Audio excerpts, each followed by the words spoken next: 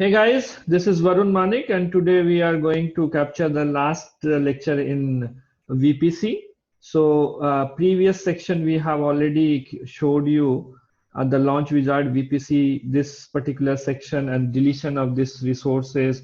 And in the previous class, so this is the first class, and in the second class, I have told you how to create a manual VPC and step by step all those 12 steps, and then after that lecture the cleanup activity and the DNS host. Now this is the last lecture, and again I am coming to the launch wizard VPC. So whatever we have done it in the last lecture, a manual creation VPC which took almost 40 minutes with the explanation and all, and this time I'm going to do the same thing but with the launch wizard, and we can see how this automation is working, right? So here you can see VPC with the public and private subnet, right? So this is the architecture diagram of this, a block diagram. You can see this is a Amazon VPC, and inside that we have a public subnet. Inside the subnet we have a web server as well as a NAT server, and then the private subnet and inside the server, right? So again, let's click on the select button, and here last time we have given the IP range is 192.168. I'm going to give the same 192.168.0.0/16. Okay, and what is my VPC name? So ManikCloud VPC is my VPC name. Then what is your CIDR block for your public subnet? So I can give it like 192.168.0.1.0. Okay, which preference? I can see go with the A. Then this is the public subnet 1. Again, I want to create a public subnet 2. Let me copy this one, paste it here, and make a change 1 to 2, right? Again, preference should be B.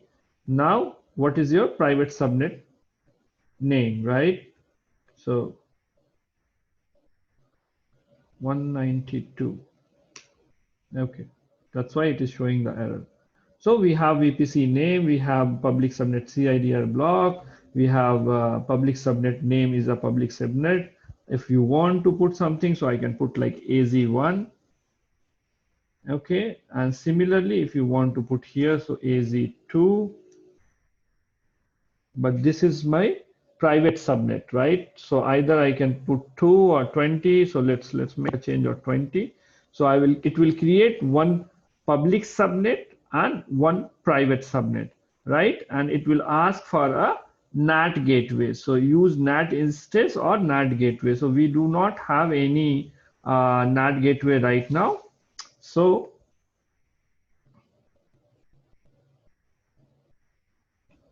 here the enable DNS host name, yes or no. So last time I have told you what is the meaning of enable DNS host name. Please refer to the previous video. Here we can choose yes, and tenancy is default. So let's create this VPC.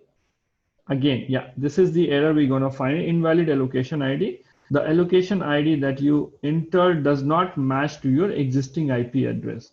So we have to create an elastic IP over here. So there is a two-way to create an elastic IP. Either you can create it from the EC2 or from the VPC. So this is the VPC lecture. Let me go and check it out over here. So elastic IP, allocate one elastic IP. It's allocated, copy it, come back over here. Now I can see this elastic IP in the drop down. Fine. So this is the elastic IP ID. Then create VPC. Now it is creating a VPC for you. So once it will create a NAT gateway, it will stop for some time. So meanwhile, I can show you something behind the scene.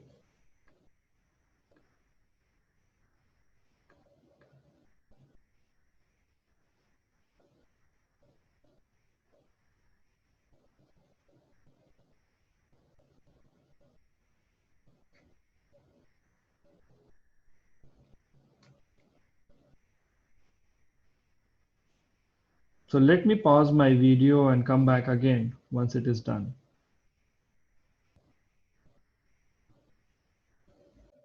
So guys, welcome back. And it took almost 3 minutes to create this VPC. And again, I'm on the main console of this VPC. I can check it here.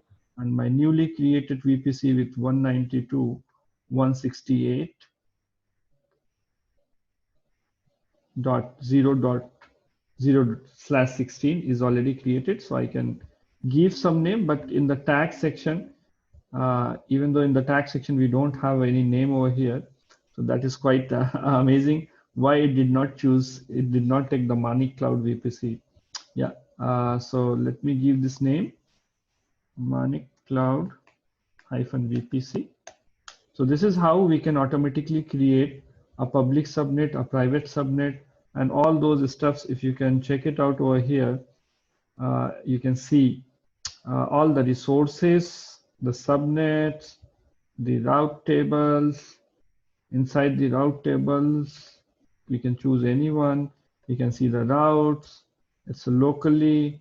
Then see this routes.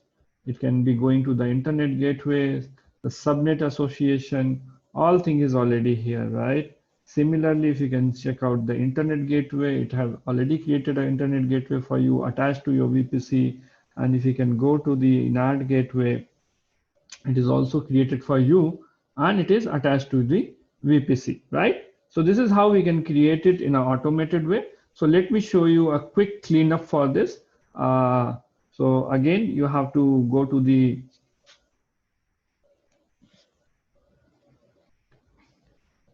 your VPC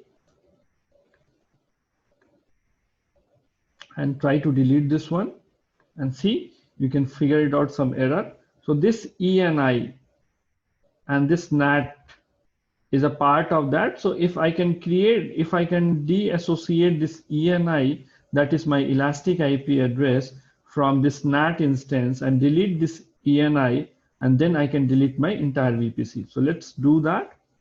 Go to your NAT gateway first,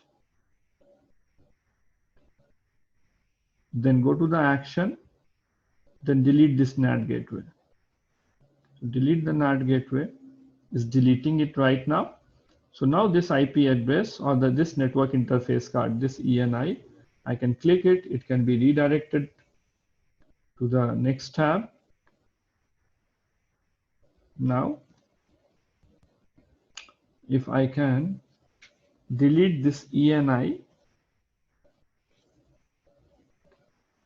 it is deleted, and say that this network interface is currently in use. So just wait for a couple of moments. Or you can go to the elastic IP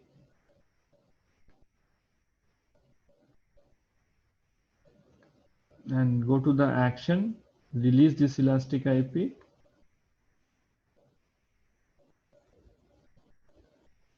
So still NAT gateway is deleting. So just wait for a few moments.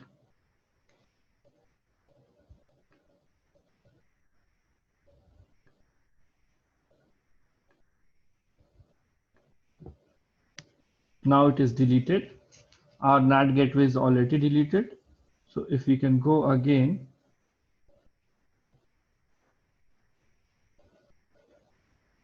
to our VPC tab,